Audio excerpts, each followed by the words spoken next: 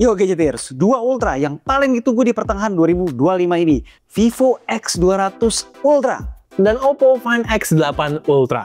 Nggak perlu banyak basa-basi, langsung kita lihat first impression K7 seperti apa, dan kita mau bahas juga hal-hal yang penting dari dua smartphone ini. Let's go! Ngomongin desain, ini keduanya mirip ya.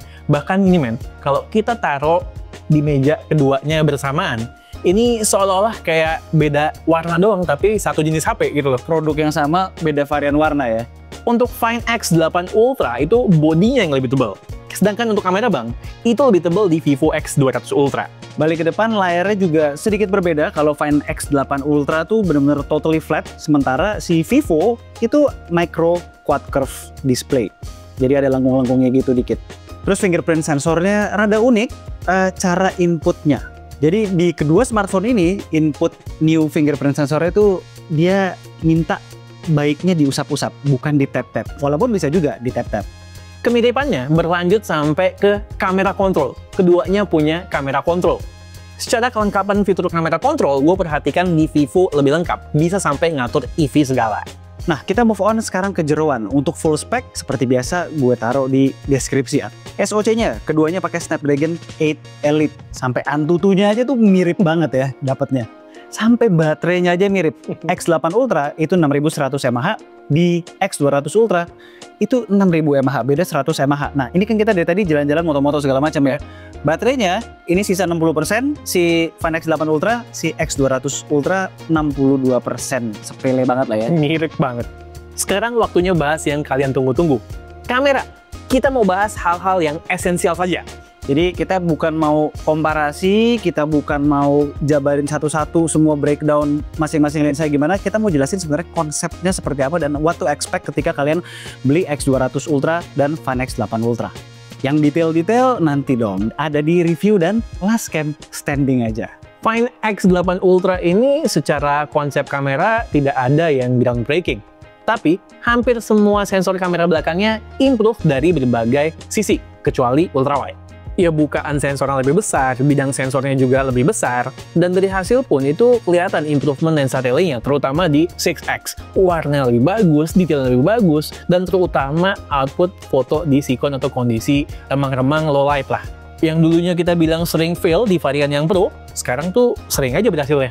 Dan karena sensor utamanya ini menggunakan sensor 1 inch, kalau kita mau ngejar frame yang tight, mirip sama kayak Vivo, jadi sama-sama 35mm, hasil keduanya secara ketajaman itu masih comparable. Walau memang detailnya lebih natural di Vivo, secara itu native focal length-nya. Kemudian nambah juga kemampuan untuk fotografi makro ya, di lensa tele 3 kalinya.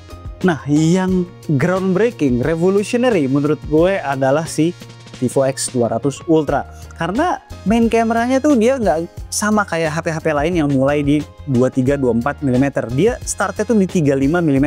Dan itu menurut gue bener-bener sweet spot bagi para street photographer masuk, bagi portrait photographer juga masuk. Nah, ultra wide-nya itu secara sensor dibikin sama kayak main kameranya. Supaya apa? Supaya nggak cuma foto di ultrawide bagus, tapi kalau misalnya usernya pengen moto di 23mm atau 24mm, itu kan artinya croppingan dari ultrawide. Nah, dibikin bagus sensornya supaya hasilnya juga masih bisa bersaing dengan yang memang sudah bawaan dari sananya 23-24mm.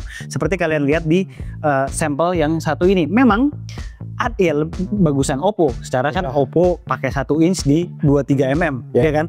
Sementara ini croppingan dari nggak 1 inch pula. Tapi hasilnya tuh nggak langit dan bumi, masih bisa bersaing gitu loh. Nah, X200 Ultra juga ada satu improvement di tele kalau dibandingin versi yang Pro-nya.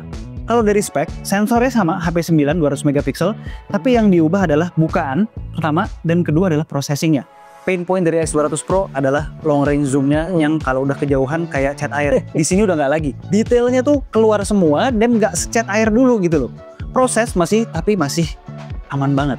Nah, gue yakin kalian penasaran kalau di-compare tipis-tipis antara X8 Ultra dan X200 Pro seperti apa. Tapi ini tipis-tipis banget ya, yang penting-penting aja.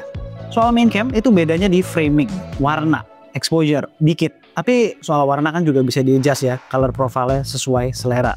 Lanjut, yang penting juga adalah soal telenya. Kita nggak mau full compare, tapi langsung aja ke yang paling susah. Tele hybrid long range 30 kali. Dan mungkin cocok juga kalau kita ikutin nih si Ultra satu lagi, Xiaomi 15 Ultra. Impresi awal gue sebenarnya mirip ya, sama kesimpulan kategori tele di Last Cam Standing X200 Pro versus Oppo Find X8 Pro. Kalau udah tele begini, pinter-pinteran AI aja. Kalau moto objek bertekstur, Xiaomi 15 Ultra sebetulnya masih paling pinter nambahin tekstur ke foto yang aslinya mungkin udah kekurangan tekstur tanpa terlihat overprocess. Tapi Vivo juga peningkatannya gokil. Tekstur masih kelihatan nggak kayak di X200 Pro, sedangkan Oppo masih berasa ya processingnya. Kalau udah moto orang semuanya mulai soft, tapi Vivo dan Xiaomi lah yang bersaing secara detail. Lanjut, predictably kalau udah tulisan, Xiaomi paling keteteran, Vivo paling sharp, disusul oleh Oppo. Untuk portrait mode, Oppo udah bisa jepret objek yang bergerak cepat nih, dengan bagus juga kayak di Vivo, mantap.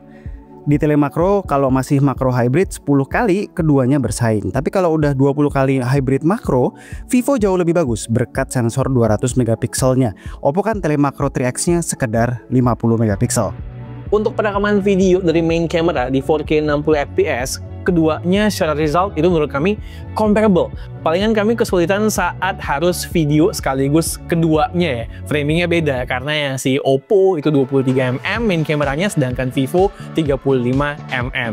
Urusan lain, urusan pindah-pindah lensa ketika recording sebenarnya rada mirip kalau ngomongin transisi, tapi yang berasa adalah soal exposure-nya.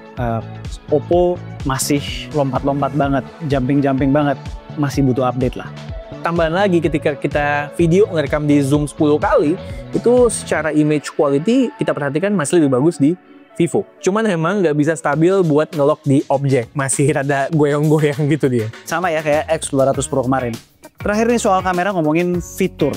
Oppo peningkatan fiturnya dibandingkan versi Pro-nya sebenarnya nggak signifikan ya. Ada fitur baru seperti slow-mo 4K 120, terus tadi juga bisa telenya bisa tele makro, sama terakhir master mode-nya yang di-enhance sekarang bisa pakai filter, terus kita bisa adjust lagi. Nah, tapi yang masih belum ada, itu juga sebenarnya banyak. Contohnya kayak Pro Video aja nggak ada, boro-boro lock. Kemudian untuk portrait videonya juga masih 1080p, belum bisa di 4K. Terakhir, 8K juga masih belum ada di Oppo. Sedangkan Vivo dari versi Pro-nya aja udah lengkap fiturnya kan. Paling ada satu mode warna baru, jadi nggak cuma Zeiss, Vivid, dan Textured, sekarang ada namanya Classic Negative, jadi retro-retro gitu. Udah men, cukup segitu aja. Kalau nggak video kita nanti selanjutnya untuk pembahasan ini lebih lengkap, nggak ada yang nonton. Oke, kan sekalian kita masih nunggu software update juga. Sebenarnya, fitur yang paling penting banget dari Vivo X200 Ultra namun belum bisa kita show ke kalian adalah kamera kitnya. Nah, ini tuh extension buat lensa telenya ya. Kita masih belum bisa dapetin, itu mungkin di China sana dapetinnya juga mungkin bonus men ya. Bonus atau kan paket PO, dan sekarang masih sulit lah untuk dibeli terpisah, tuh masih sulit. Dan kita lagi usahain buat mendapatkannya supaya bisa show off ke kalian. Terakhir yang perlu dibahas mungkin OS. Basic lah ya. Basic banget. Si Oppo pakai Color OS versi China, sementara si Vivo pakai Origin OS versi China juga. Tentunya kalian mungkin udah paham dengan quirks, dengan kekurangan kalau OS versi China seperti apa. Kalau kalian nungguin OS yang versi global, ya maaf aja. Karena untuk kedua handphone ini sampai sekarang tidak ada plan untuk dirilis di luar China. Jadi untuk sekarang kalau kalian tertarik, belinya di mana lagi kalau bukan Gone Dry Store. Link udah gue taruh di deskripsi. Oke, itu dia first impression kami untuk kedua smartphone ini. Kita baru beberapa hari banget megang kedua smartphone ini, baru kulit banget nih pembahasannya. Kalau nungguin yang in-depth, ya tungguin aja full reviewnya sekalian ya. Kita nungguin software update segala macam datang, mungkin beberapa minggu lagi lah. Yang ntar adalah kontennya buat masing-masing smartphone. Dan terutama pasti kalian akan nungguin kedua smartphone ini mungkin besar akan bertanding di Last Cam Standing sekian bulan lagi. Alright, sekian aja video dari kami berdua kali ini. Gue Alessa, gue Satish, and this is K2G. Tunggu racun-racun kami berikutnya. Bye guys.